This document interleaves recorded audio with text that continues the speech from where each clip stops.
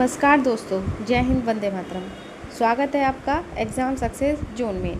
CTET 2026 की परीक्षा को ध्यान में रखते हुए आज हम लेकर आए हैं सी-टेट 2013 के प्रीवियस ईयर क्वेश्चंस को। ठीक है, हमने अपनी पिछली क्लासेस में सी-टेट 2011, सी-टेट 2012 के प्रीवियस ईयर क्वेश्चंस को सोल्व किया है और आज हम सी-टेट 2013 के क्वेश्चंस को सोल्व करेंगे। सी-टेट में अच्छे अंक लाने की आपकी तैयारी क्या होगा, इससे मजबूत हो जाएगी। ठीक है, अगर आप हमारे ये सारी जो सी-टेट 2026 को ध्यान में रखते हुए हमने अपनी सीरीज़ बनाई है प्रीवियस ईयर क्वेश्चंस की, अगर आप इनको ध्यान से देखते हैं तो आपके जो है अच्छे अंक लाने की आपकी तैयारी मजबूत हो जाएगी। तो बिना समय गवाए आइए शुरू करते हैं सी-टेट 2013। हमारा पहला प्रश्न है, निम्नलिखित में से कौन सी संज्ञानात्मक क्रिया दी गई सूचना के विश्लेषण के लिए प्रयोग में लाई जाती है? वर्णन करना, पहचान करना, अंतर करना, वर्गीकृत करना। तो इसका सही आंसर है अंतर करना। सूचना के विश्लेषण में घटकों को अलग करना और उनमें अंतर करना यानी डिफ्रेंशिएटिंग शामिल होता है, जो ब्लूम के वर्गीकरण के अंतर्गत आता है। यानी संज्ञानात्मक जो क्रिया में जो ये अंतर करना है, ये जो हमारे जो ब्लूम के द्वारा दी गई टैक्सोनॉमी है उसके अंतर्गत आता है। हमारा अगला प्रश्न है, राजेश अति लोलुप पाठक है। वह अपने कोर्स की पुस्तकों के अतिरिक्त प्रायः पुस्तकालय जाता है और विभिन्न प्रकार की पुस्तकें पढ़ता है। इतना ही नहीं, राजेश भोजन अवकाश में अपने परियोजना कार्य करता है।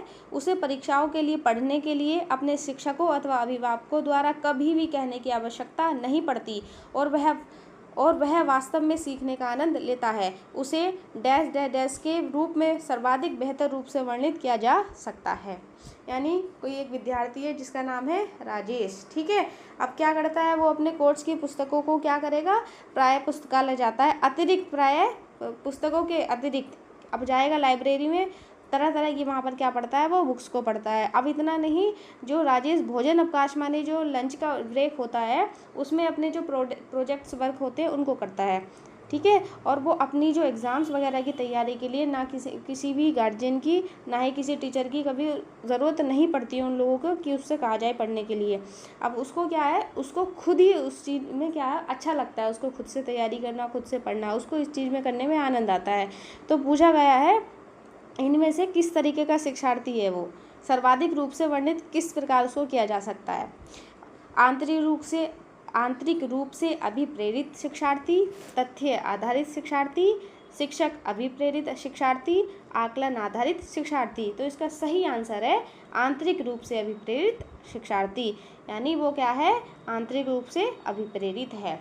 आंतरिक रूप से अभिप्रेरित शिक्षार्थी किसी बाहरी दबाव या पुरस्कार के बिना केवल अपनी रुचि, आत्मसंतोष और सीखने के आनंद के लिए कार्य करता है। हमारा अगला प्रश्न है, यदि पूर्व प्राथमिक स्तर पर बच्चों को खोज करने की अनुमति दे दी जाए तो वे संतुष्ट हो जाते हैं। जब उन्हें हतोत्साहित किया जाता है तो वे व्यथित हो जाते हैं। वे ऐसा डैश की उनकी अभिप्रेरणा के कारण करते हैं। यानी उनको खोज करने की अनुमति दी जाए, यानी खोज से मतलब क्या, उनको खुद से काम करने के लिए छोड़ दिया जाए तो वे इससे क्या होता है, उनको सेटिस्फेक्शन होता है। लेकिन अगर उनको काम करने से मना किया जाए तो उससे क्या हो जाते हैं, वो परेशान हो जाते हैं, दुखी हो जाते हैं। तो वे ऐसा किस अभिप्रेरणा के कारण करते हैं, ये पूछा गया। अपनी शक्तियों का उपयोग करना, अपनी उपेक्षा को कम करना, कक्षा के साथ संबद्ध होना, कक्षा में अव्यवस्था फैलाना। तो इसका सही आंसर है अपनी उपेक्षा को कम करना। बच्चे अपनी अवहेलना या उपेक्षा से बचने और अपनी जिज्ञासा को स्वीकृति दिलाने की अभिप्रेरणा के कारण व्यथित होते हैं। ठीक है, हमारा अगला प्रश्न है, मानव बुद्धि एवं विकास की समझ शिक्षक को डैश के योग्य बनाती है। निष्पक्ष रूप से अपने शिक्षण अभ्यास करना, शिक्षण के समय शिक्षार्थियों के संवेगों पर नियंत्रण बनाए रखना, विविध शिक्षार्थियों के शिक्षण के बारे में स्पष्टता, शिक्षार्थियों को यह बताना कि वे अपने जीवन में कैसे सुधार कर सकते हैं। तो इसका सही आंसर है मानव बुद्धि एवं विकास के समय शिक्षक को विविध शिक्षार्थियों के शिक्षण के बारे में स्पष्टता के योग्य बनाती है। बाल विकास और बुद्धि का ज्ञान शिक्षक को व्यक्तिगत भिन्नताओं के अनुसार विविध बालकों की आवश्यकताओं हेतु उपयुक्त शिक्षण नीतियाँ बनाने में मदद करता है। यानी जो बाल विकास और बुद्धि का ज्ञान क्या है, शिक्षक को बताता है कि क्या है, हर बच्चा क्या अलग है, हर बच्चे की क्या आवश्यकता अलग है। तो बिना कई तरह की शिक्षण विधियों के बारे में उसमें अध्ययन किया जाता है बाल विकास में, यही उसको शिक्षक को इस योग्य बनाता है। ठीक है, हमारा अगला प्रश्न है, निम्नलिखित में से कौन सा सत्य है? शिक्षक द्वारा प्रश्न पूछना संज्ञानात्मक विकास में बाधक है। विकास और सीखना समाज सांस्कृतिक संदर्भों से अप्रभावित रहते हैं। शिक्षार्थी एक निश्चित तरीके से सीखते हैं। खेलना संज्ञान और सामाजिक दक्षता के लिए सार्थक है। तो इसका सही आंसर है खेलना संज्ञान और सामाजिक दक्षता के लिए आवश्यक है। यानी पूछा गया था कौन सा सत्य है, तो शिक्षक द्वारा प्रश्न पूछना संज्ञानात्मक विकास में बाधक है, बिल्कुल गलत है ये बात। विकास और सीखना समाज सांस्कृतिक संदर्भों से अप्रभावित रहता है, कभी अप्रभावित नहीं रहता, हमेशा प्रभावित होता है। शिक्षार्थी एक निश्चित तरीके से सीखते हैं, गलत बात है कि शिक्षार्थी एक निश्चित तरीके से सीखते हैं। सब अलग अलग तरीके होते हैं, विविध तरीकों से सीखते हैं, कोई एक निश्चित तरीका नहीं है जिससे शिक्षार्थी सीखते हैं। खेलना संज्ञान और सामाजिक दक्षता के लिए सार्थक है, ये बिल्कुल सही बात है। जो खेल होते हैं बच्चे के ज्ञान के लिए और उनके सोशल इंटरेक्शन के लिए क्या है, बहुत ही क्या है, यूजफुल होते हैं। ठीक है, अगला प्रश्न है, बच्चे के विकास में आनुवंशिकता और वातावरण की भूमिका के बारे में निम्नलिखित में से कौन सा सत्य है? आनुवंशिकता और वातावरण दोनों 50% योगदान देते हैं। समवयस्कों और जीन का सापेक्ष योगदान योगात्मक नहीं होता। आनुवंशिकता और वातावरण एक साथ परिचालित नहीं होते। सहज प्रवृत्ति वातावरण से संबंधित है, जबकि वास्तविक विकास के लिए आनुवंशिकता आवश्यक है। तो इसका सही आंसर है बच्चे के विकास में आनुवंशिकता और वातावरण की भूमिका समवयस्कों और जीन का सापेक्ष योगदान योगात्मक नहीं होता है। क्या मतलब इसे, विकास में वंशानुक्रम और वातावरण का संबंध योगात्मक ना होकर अन्योन्य क्रियात्मक यानी इंटरैक्टिव होता है। ठीक है, हमारा अगला प्रश्न है, समाजीकरण है सामाजिक मानदंडों में परिवर्तन, शिक्षक एवं पढ़ाए गए के बीच संबंध, समाज के आधुनिकीकरण की प्रक्रिया, समाज के मानदंडों के साथ अनुकूलन। तो समाजीकरण क्या है, समाज के मानदंडों के साथ अनुकूलन। समाजीकरण वह प्रक्रिया है जिसके द्वारा व्यक्ति समाज के मूल्यों, नियमों, रीति रिवाजों और समाजी मानदंडों को अपनाकर उनके साथ अनुकूलन करता है। हमारा अगला प्रश्न है, एक पीटी यानी जो पीटी खेल टीचर हैं क्रिकेट के खेल में अपने शिक्षार्थियों के क्षेत्र रक्षण को सुधारना चाहता है। निम्न में से कौन सी युक्ति शिक्षार्थियों को अपना लक्ष्य प्राप्त करने में सर्वाधिक सहायक है? शिक्षार्थियों को क्षेत्र रक्षण का अधिक अभ्यास करवाना, शिक्षार्थियों को यह बताना कि क्षेत्र रक्षण सीखना उनके लिए किस प्रकार महत्वपूर्ण है, बेहतर क्षेत्र रक्षण और सफलता की दर के पीछे के तर्क को स्पष्ट करना, क्षेत्र रक्षण को प्रदर्शित करना और शिक्षार्थियों से अवलोकन करवाना। तो इसका सही आंसर है यानी क्षेत्र रक्षण को अगर कोई पीटी टीचर सुधारना चाहते हैं तो सबसे ज़्यादा तो जो एकदम सटीक ऑप्शन होगा वो होगा अ, शिक्षार्थियों को क्षेत्र रक्षण का अधिक से अधिक अभ्यास कराना। ठीक है, अगला प्रश्न है, एक शिक्षिका अपने शिक्षार्थियों की इस रूप से मदद करना चाहती है कि वे एक स्थिति की अनेक दृष्टिकोण से सराहना कर सकें। वह विभिन्न समूहों में एक स्थिति पर वाद विवाद करने के अनेक अवसर उपलब्ध कराती है।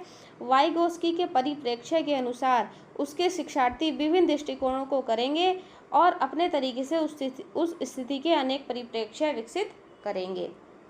ठीक है, यानी एक जो टीचर है वो अपने स्टूडेंट्स को मदद करना चाहती है कि वो एक सिचुएशन ऐसी है उसको क्या अनेक तरीक़ों से वे क्या है उसकी सराहना कर सके, माने अनेक तरीक़े से उसको देख सके, उसकी समीक्षा कर सकते।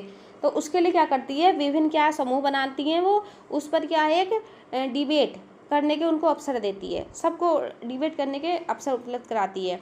तो वाइगोस्की के सिद्धांत के अनुसार पूछा गया है कि शिक्षार्थी अगर इस तरीके से कोई टीचर कर रही है तो शिक्षार्थी यानी जो स्टूडेंट्स है विभिन्न दृष्टिकोणों को करेंगे, अपने दृष्टि के अनेक शिक्षार्थी विभिन्न दृष्टिकोणों को करेंगे और अपने तरीके से उस स्थिति के अनेक परिप्रेक्ष्य विकसित करेंगे।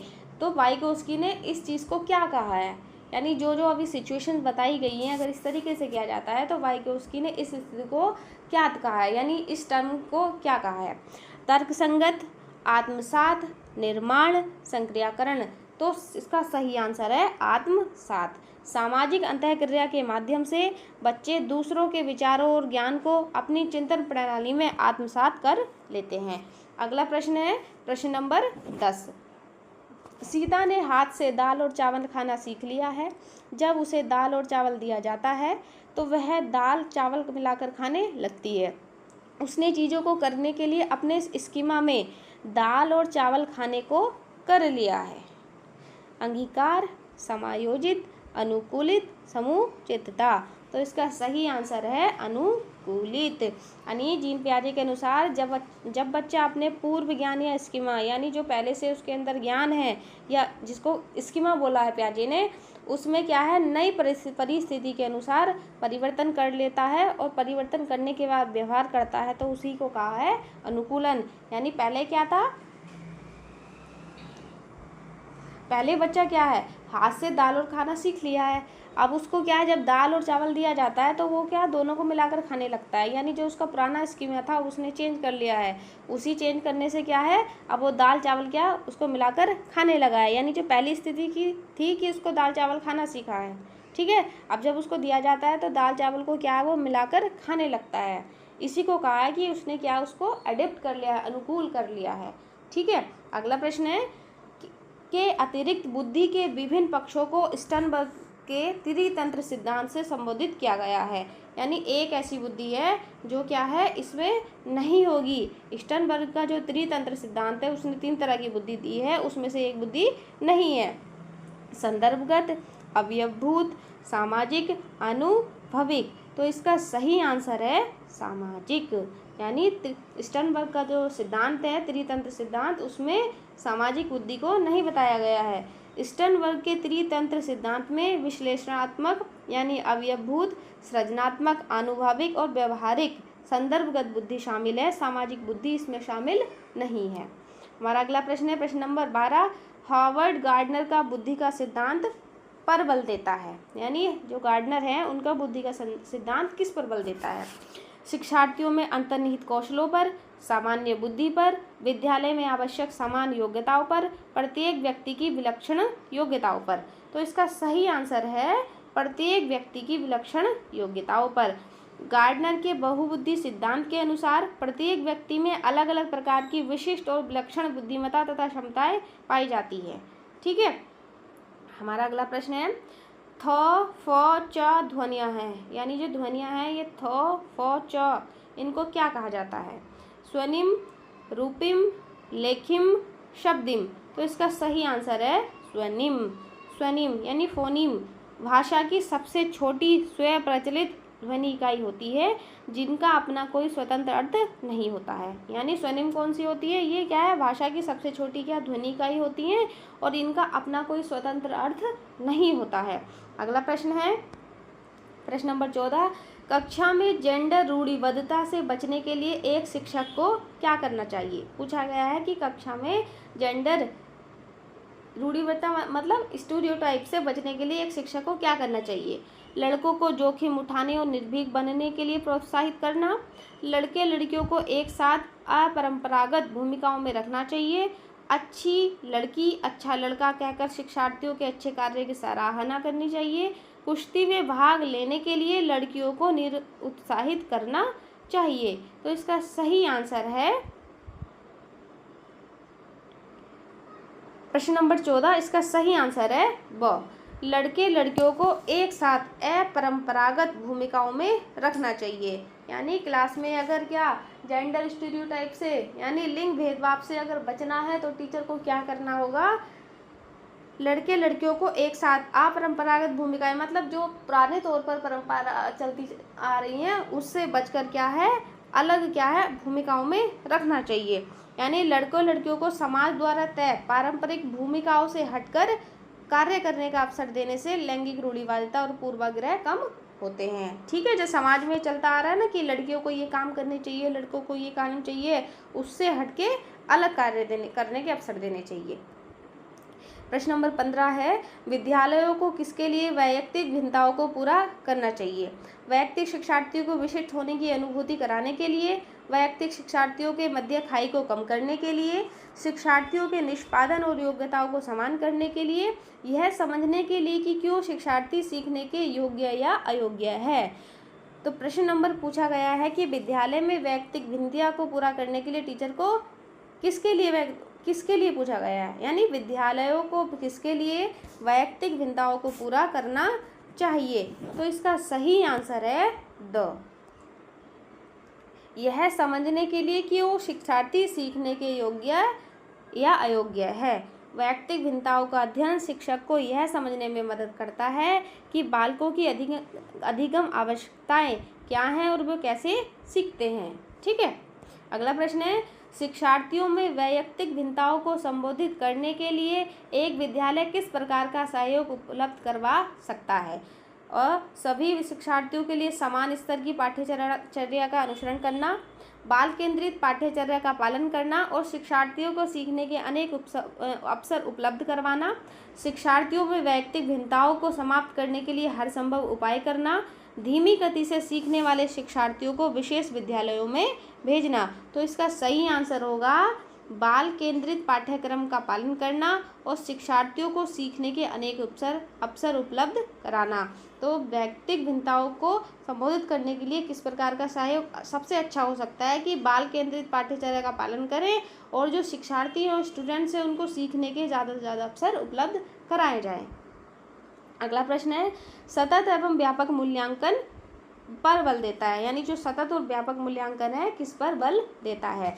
बोर्ड परीक्षाओं की आवश्यकता पर, सीखने को सुनिश्चित करने के लिए व्यापक स्तर पर निरंतर परीक्षण, सीखने को किस प्रकार अवलोकित, रिकॉर्ड और सुधारा जाए इस पर, शिक्षण के साथ परीक्षाओं का सामंजस्य। तो इसका सही आंसर होगा सतत और व्यापक मूल्यांकन देता है बल, सीखने को किस प्रकार अवलोकित, रिकॉर्ड और सुधारा जाए इस बात पर। CCE continuous and comprehensive evaluation, इसकी फुल फॉर्म क्या होती है? कॉन्टीन्यूअस एंड कॉम्प्रिहेंसिव इवेल्यूशन, सतत और व्यापक मूल्यांकन का मुख्य उद्देश्य बालक के अधिगम की प्रगति की लगातार निगरानी करना, त्रुटियों को रिकॉर्ड करना और रचनात्मक सुधार करना है। अगला प्रश्न है, विद्यालय आधारित आकलन कैसा होना चाहिए। ये देखिए, विद्यालय जो आधारित आकलन है वो क्या करता है? शिक्षार्थियों और शिक्षकों को गैर गंभीर और लापरवाह बनाता है, शिक्षा बोर्ड की जवाबदेही कम करता है, सार्वभौमिक राष्ट्रीय मानकों की प्राप्ति में बाधा उत्पन्न करता है, परिचित वातावरण में अधिक सीखने में सभी शिक्षार्थियों की मदद करता है। तो जो विद्यालय आधारित आकलन है वो परिचित वातावरण में अधिक सीखने में सभी शिक्षार्थियों की मदद करता है।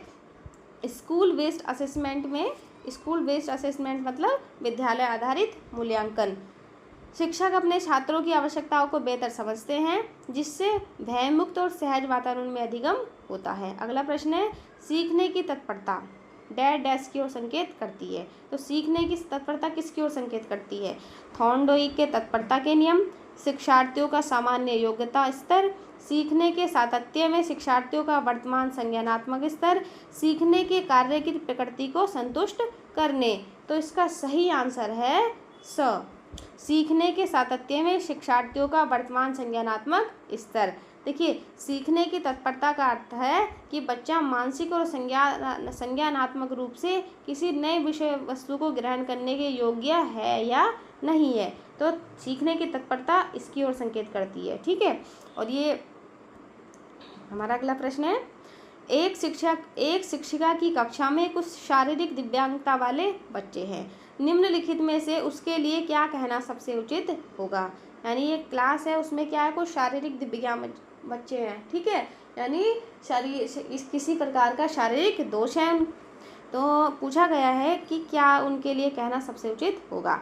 पोलियोग्रस्त बच्चे अब एक गाना प्रस्तुत करेंगे, पहिया कुर्सी वाले बच्चे हॉल में जाने के लिए अपने समवयस्क साथियों में से मदद ले सकते हैं, शारीरिक रूप से असुविधाग्रस्त बच्चे कक्षा में ही कोई वैकल्पिक गतिविधि कर सकते हैं, मोहन खेल के मैदान में जाने के लिए आप अपनी वैसाखियों का प्रयोग क्यों नहीं करते। तो पूछा गया है कि जो हमारी एक क्लास है उसमें कुछ बच्चे हैं जो शारीरिक रूप से दिव्यांग है, तो उनके लिए सबसे उचित क्या कहना रहेगा। तो इसका सही आंसर होगा द, यानी एक विद्यार्थी है मोहन। तो मैम तो जो टीचर बोल रही हैं कि खेल के मैदान में जाने के लिए आप अपनी वैसाखियों का प्रयोग क्यों नहीं करते, ये सबसे ज़्यादा उचित रहेगा। पोलियोग्रस्त बच्चे अब एक गाना प्रस्तुत करेंगे, गलत। पहिया कुर्सी वाले बच्चे हॉल में जाने के लिए अपने समवयस्क साथियों से मदद ले सकते हैं, मदद के लिए नहीं कहेगी, इससे बच्चों में हीन भावना आएगी। शारीरिक रूप से असुविधाग्रस्त बच्चे कक्षा में कोई वैकल्पिक गतिविधि कर सकते हैं, ये एकदम गलत है।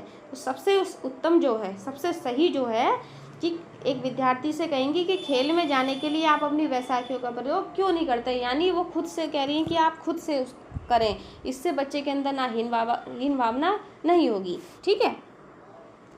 यह कथन दिव्यांग बच्चे में स्वावलंबन और आत्मसम्मान की भावना जगाता है और उसे सामान्य गतिविधियों में भाग लेने हेतु भी प्रेरित करता है। अगला प्रश्न है प्रश्न नंबर 21 डैश के अतिरिक्त निम्नलिखित सभी के कारण अधिगम अक्षमता उत्पन्न हो सकती है, यानी एक कारक ऐसा है जिसके कारण अधिगम अक्षमता उत्पन्न नहीं हो सकती है, बाकी सभी से होगी। वही पूछा गया है कि कौन सा है ऐसा कारक। सांस्कृतिक कारक, सेरेब्रल डिसफंक्शन, संवेगात्मक विघ्न, व्यवहारगत विघ्न। तो इसका सही आंसर है सांस्कृतिक कारण। अधिगम अक्षमता यानी लर्निंग डिसेबिलिटी का कारण जैविक, तंत्रिका तंत्र या संवेगात्मक हो सकता है, लेकिन सांस्कृतिक कारक इसका प्रत्यक्ष कारण नहीं है, यानी अधिगम अक्षमता पर सांस्कृतिक कारक का प्रभाव नहीं पड़ेगा।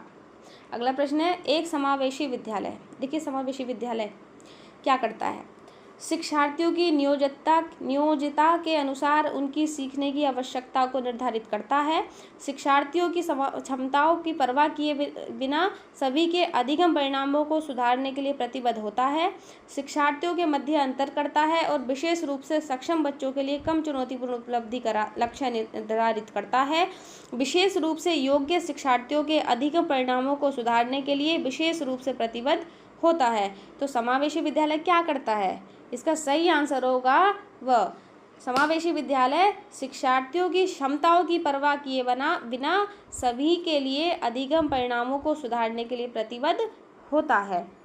समावेशी कक्षा होती क्या है कि बिना किसी भेदभाव के सभी बच्चों को एक समान गुणवत्तापूर्ण शिक्षा और प्रगति के अवसर दिए जाएं, और ये समावेशी इसके लिए क्या है, समावेशी जो विद्यालय होते हैं इसके लिए वो क्या होते हैं, प्रतिबद्ध होते हैं कि उनको क्या है, सभी बच्चों को बिना भेदभाव के एक साथ गुणवत्तापूर्ण शिक्षा कराई जाएगी, उपलब्ध कराई जाएगी। अगला प्रश्न है प्रतिभाशाली शिक्षार्थी कैसे होते हैं, अधिगम निर्योग्य नहीं हो सकते, ऐसे सहयोग की आवश्यकता होती है जो सामान्यतः विद्यालयों द्वारा उपलब्ध नहीं कराए जाते, शिक्षक के बिना अपने अध्ययन को व्यवस्थित कर लेते हैं, अन्य शिक्षार्थियों के लिए अच्छे मॉडल बन सकते हैं। तो इसका सही आंसर है वह, यानी प्रतिभाशाली शिक्षार्थी ऐसे सहयोग की उनको आवश्यकता होती है जो सामान्यतः विद्यालयों द्वारा उपलब्ध नहीं कराए जाते हैं। प्रतिभाशाली बालकों की उच्च बौद्धिक क्षमता को संवर्धित करने के लिए विशेष पाठ्यचर्या और संवर्धित शैक्षिक सहयोग की आवश्यकता होती है। अगला प्रश्न है प्रश्न नंबर 24 के कारण प्रतिभाशीलता होती है, यानी किसके कारण प्रतिभाशीलता होती है, मनोसामाजिक कारकों, आनुवंशिक रचना, वातावरणीय अभिप्रेरणा, ब और स का संयोजन। तो इसका सही आंसर होगा ब और स का संयोजन। ये मतलब प्रतिभाशीलता किसके कारण होती है, आनुवंशिक संरचना और वातावरणीय अभिप्रेरणा के कारण। प्रतिभाशीलता केवल वंशानुक्रम या केवल पर्यावरण का परिणाम नहीं है, बल्कि आनुवंशिक क्षमता और समृद्ध वातावरण का संयुक्त परिणाम है, यानी इन दोनों का परिणाम होती है प्रतिभाशीलता। अगला प्रश्न है बच्चों में सीखने और सुनने के लिए अधिगम योग्य वातावरण के लिए निम्नलिखित में से कौन सा उपयुक्त है, यानी बच्चों में सीखने और सुनने के लिए अधिगम योग्य वातावरण के लिए कौन सा इसमें एकदम ठीक है। शिक्षार्थियों को कुछ यह छूट देना कि क्या सीखना और कैसे सीखना है, एक लंबे समय के लिए निष्क्रिय रूप से सुनना, निरंतर गृह कार्य देते रहना, सीखने वाले द्वारा व्यक्तिगत कार्य करना। तो इसका सही आंसर है आ, यानी सीखने और सुनने के लिए अधिगम योग्य वातावरण के लिए सबसे अच्छा क्या होगा कि शिक्षार्थियों को यह छूट देना कि क्या सीखना है और कैसे सीखना है। अगला प्रश्न है गतिक कौशलों में अधिगम निर्योग्यता क्या कहलाती है, गतिक कौशलों में अधिगम निर्योग्यता क्या कहलाती है, ध्यान रखेंगे क्या क्या है गतिक कौशल, डिस्फेजिया, डिस्प्रेक्सिया, डिसकैल्कुलिया, डिसलेक्सिया। तो इसका सही आंसर है डिस्प्रेक्सिया। डिस्प्रैक्सिया क्या है? एक तंत्रिका संबंधी विकार है जो शारीरिक गति कौशलों और सूक्ष्म मोटर नियंत्रण को प्रभावित करता है। अगला प्रश्न है, अधिगम निरोगता क्या है? देख, अधिगम निरोगता समुचित निवेश के साथ सुधार योग्य नहीं होती है, एक स्थिर अवस्था है, एक चर अवस्था है, जरूरी नहीं कि कार्यपद्धति की हानि करे। तो अधिगम नियोक्ता एक चर अवस्था है।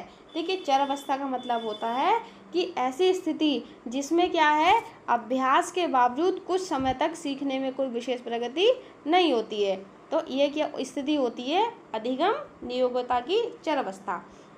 अधिगम अक्षमता एक परिवर्तनशील या चर अवस्था है जिसे उपयुक्त शैक्षणिक सहयोग और रणनीतियों से सुधारा जा सकता है। यानी इसको सुधारा जा सकता है कि अगर क्या है, उपयुक्त शैक्षणिक सहयोग और रणनीति बनाई जाए। अगला प्रश्न है नंबर 28 के अतिरिक्त निम्नलिखित समस्या समाधान की प्रक्रिया के चरण हैं। यानी इनमें से एक ऐसा है जो कि समस्या समाधान का चरण नहीं है। अब पूछा गया है कि कौन सा नहीं है। परिणामों की आशा करना, समस्या की पहचान, समस्या को छोटे हिस्सों में बांटना, संभावित युक्तियों को खोजना। तो इसका सही आंसर है परिणामों की आशा करना। तो समस्या समाधान का कौन सा चरण नहीं होगा? कि परिणामों की आशा करना। समस्या समाधान के लिए हमारे पास समस्या होनी चाहिए, तो समस्या की पहचान, फिर समस्या को छोटे हिस्सों में बांटना और संभावित युक्तियों को खोजना, ये समस्या समाधान के चरण है।